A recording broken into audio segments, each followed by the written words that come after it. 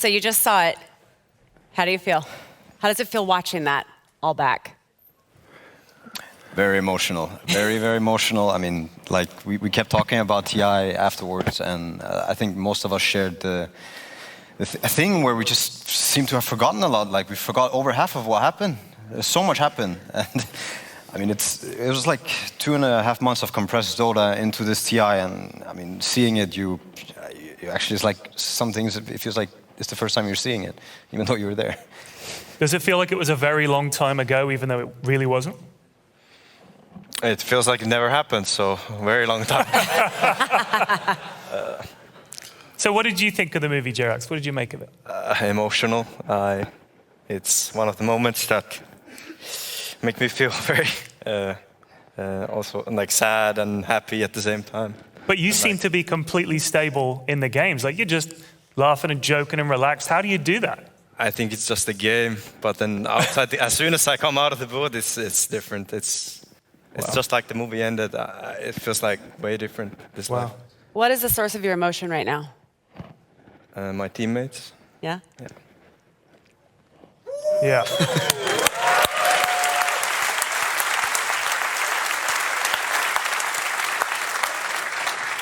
It's rare that one can go back and actually watch and see what the other team is doing in any sport. You had a chance to do that here. I know you've had a chance to do that before, but I mean, this was the grand final. What surprised you the most about what you were able to see watching it back, Seb? Just how strong we were together. I mean, we felt it, but looking at it as a spectator, I think there was, something happened, something magical happened, and I'm also feeling it when I watch this movie. There's something that we cannot, it doesn't get to us, nothing gets to us. I mean, I see these games now, I watch back the replay, and I'm like, they might lose, like, they're 20K gold behind. And I know we won, right? I mean, I lifted the goddamn trophy, but, like, I'm still thinking, but it's like we're protected in these games, is how I felt, and I felt very secure in these games. I felt like nothing could get to me, and that's like, thanks to them, and thanks to what we built together. So yeah, that's what struck me the most when I watched. What about when you saw some of the strategies of LGD? Was there anything that surprised you based on the conversations that you were able to witness? I mean, yeah, a little bit. Obviously, this is like something we would really, like, how to put it, like we would sacrifice a lot of things just to get in their brains for like just a minute, because the entire tournament you spend it studying them and trying to understand how they think and how they think of you and what they have prepared. And now, of course, there's a lot more to what they build strategy-wise, but you get glimpses of it watching TrueSight, and to us, like, this is really golden. Oh, so that's what they thought. So obviously they have some really good things going and other things where they probably should have gave us a little bit more credit for certain things. But the same goes the other way, right? Like we're looking at some games and we're looking like at a hero they picked. You were like, we got this. Yeah. I mean, we got this, right? But 20 minutes after, I was not that proud. So, it's how it goes. Like, you want to be confident anyway. Yeah. Wow. So let's talk about outside Dota for a second. After TI, how would you say your day-to-day lives have changed in the last few months? Like, do you wake up every morning and think, wow, I won TI, or is there more to it? How did it change, Topias? Topias, how's life? I don't think it's changed much. Like, I still play Dota all day long. The only thing is that I don't have to count my every euro I spent. Like, I can go shop, I can buy food, and I don't have to care like how much it costs. Like, I can.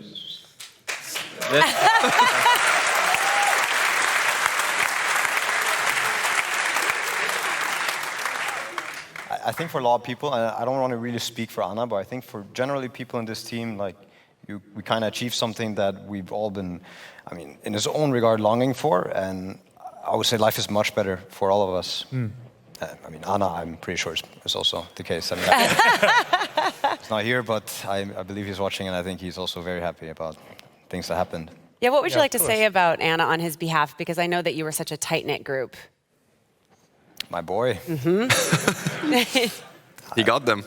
Yeah, he got them. When I first talked to Anna, it was early 2017, I believe, and the first sentence, or like the last sentence before he joined the team, was let's win some majors and a TI, and was kind of what was missing. So Hired. it was like, he said it, he did it, and now he's out. Yeah. That's it. Job's done. Yeah. That's all you asked for. I believe Yes. it. Yeah. Awesome. So, Topson, you started off like with the team basically in the middle of the year. Did you ever imagine that you'd be winning TI, or were you just thinking, I'll just go along for the experience and see how it goes? No, I didn't really have any expectations, or like I just took it as an opportunity to get myself some name and maybe get to TI and play with some really good guys, and I mean, worked out really well. So how come normally OG go into a TI and everyone's like, they won the major, they're doing great, they're looking fantastic, and it doesn't work out. But then when you have probably the worst pre-TI start you could possibly have, you guys won it. What changed? What was the secret that you suddenly unlocked at TI where you said, all right, we got it, guys, this is the key? I mean, every single loss definitely made us stronger, so there's that. There's no other path to winning than like losing over and over again. And we had losses, so it helped. I mean, it really helps because you carry these with you as experience and, you know, like a lot of other different things. But it's definitely the human aspect that I would say. Of course, the Dota part, it was on point because if it was not on point, then we would have gotten knocked out or we would have not even qualified. But what made the difference is definitely, yeah, the human aspect of it and how we were there for each other's. And yeah, this is what I think, you know, was the biggest difference between this TI and the other years. I mean, yeah. I also think that we didn't set pressure on ourselves. Like Topson said, there's no expectations. You just play. And I think most of the games we just had fun. At least I did. Yeah. all of us, bro. And even the practice games, like we didn't take the losses very strict on ourselves. I think we were able to improve a lot, but at the same time we were having the fun part of it, always coming together and like really just enjoying. Does that change now? I'm curious what it's like now that you've won. This is the ultimate thing that you can possibly do in a Dota career, and now everybody treats you as the best. Does that change the way that other teams see you, and in turn, does that have to change the way that you play together as a team?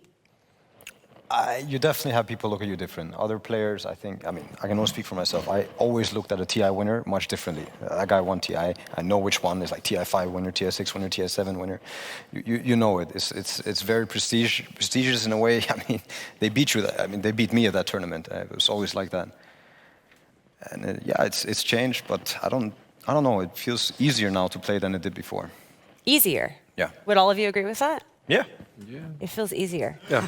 Yeah. Pretty easy now, right? No, but I mean, Dota never gets easy as in to win, but to not have that pressure on you. You know, it's at least now is for my personal case. Like I have been playing and having the most fun in Dota that I've ever had after TI.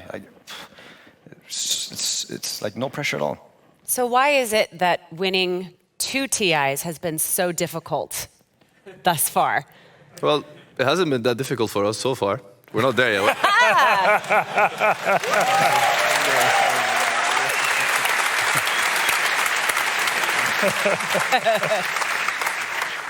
We'll let you know after TI9. Hard.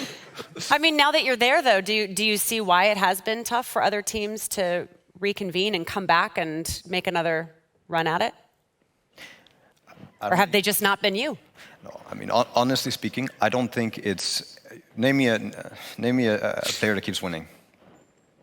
Right now? I mean, there's no player that keeps winning in Dota. Dota is that hard. It is a really hard game. It's true. There's a lot of people that want it. And if you're going to do something like winning 2 TIs, you got to really, really want it. And that seems to be hard for people, like really, really hard. But we're here to try and do our best at it. Okay, so if you guys think back to TI8, what, other than lifting the trophy, what was the moment where you really thought, we've got a shot here? Because you probably didn't think that coming in, but halfway through the tournament, pretty early on, just in the semi-final, where was the point where you thought, lads, we can actually make a real run at this? That's a good question. After the first playoff group stage. We were like almost winning the best teams there, and I was confident. I told my dad a few months before TI that this was our best chance that we've had. A few months before TI, right in the middle of all the... Right after we just established this team. You knew. I knew our chances were better than before. That's what I felt. Yeah. It was interesting for me as an outsider to watch the different dynamics of the teams, and obviously context is important. There are cultural differences, but and you've touched on this before, but just how important was it that you were having fun together? Because the balance between your personalities was so fun to watch. It was fun to watch. You know, somebody would make a mistake, and immediately you all just said, "Don't worry about it, move on." Is that the key? Is just not losing sight of the fact that you get to play Dota? I think it ties up people together, where some people like had some rough games you probably saw in the document, and I think It wasn't me. and then the other guys like They gave him a lift, right? this guy's really good at it. He is lifting you up. It doesn't matter how far you go. Don't go too far. Don't go too far. And yeah, I think that's mostly everybody's capable of doing it for the other person, and that's all the fun part of it. Kind of like it just ties you together. You don't have to think so lonely or sad or whatever. It's just all the other guys are always lifting you up. I think naturally Dota wants to kind of bring that out in you, the worst in you. It kind of happens when you... That is definitely true. Definitely true. But if you as a group together try and fight that bad feeling of losing and the game, like you get unlucky at some point, and you fight that as a group, then it becomes very nice. Like you're finding a negative feeling together. That's a good way of looking at That's it. the next pub. That's your next pub, guys. Everybody's Be next nice. pub. Fight it together. Next pub. So there was a moment when we watched, you guys watched this earlier.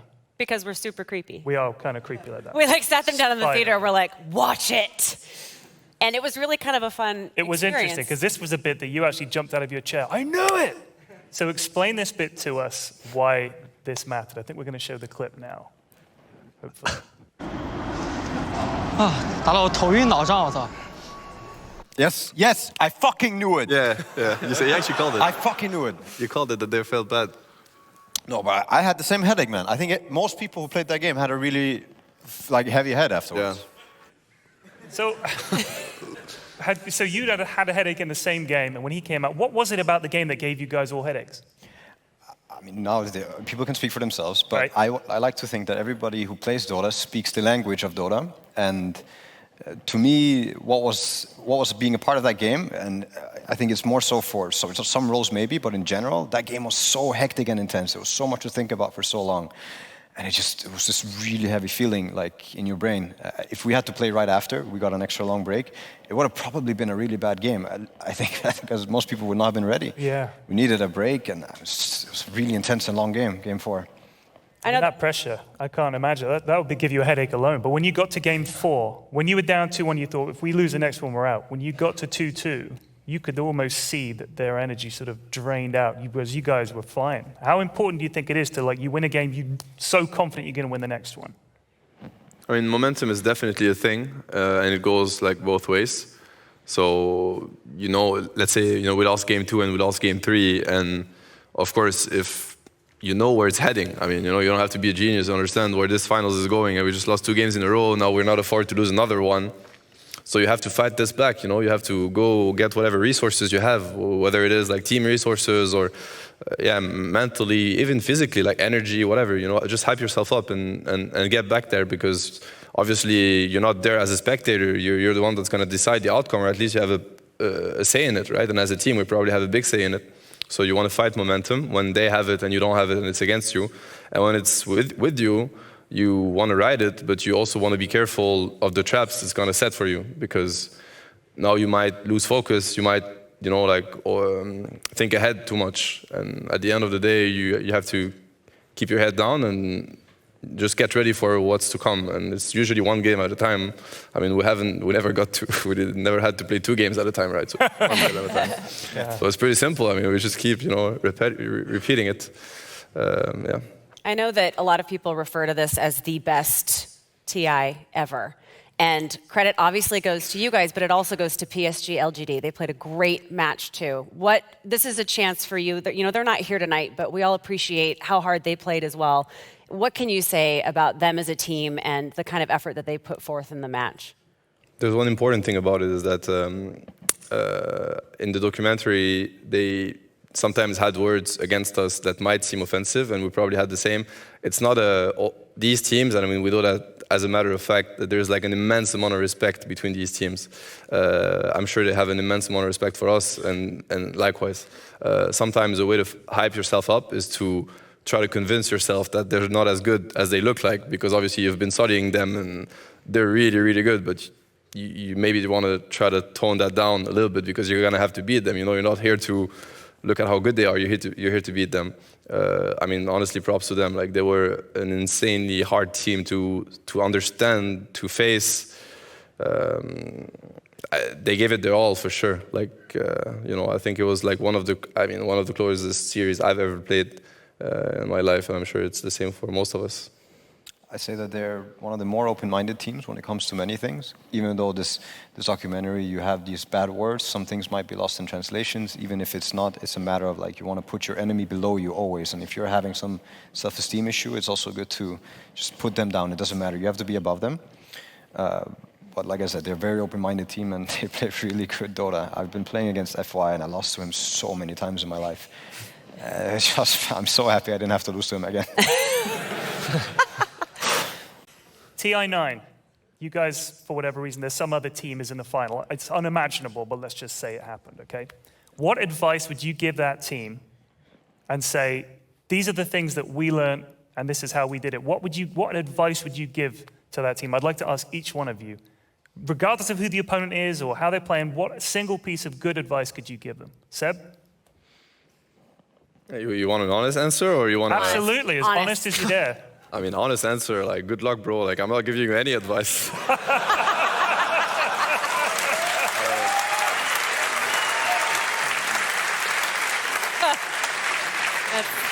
Jerax? I mean, they're going to be playing us. No, against someone else. Pretend that they're not.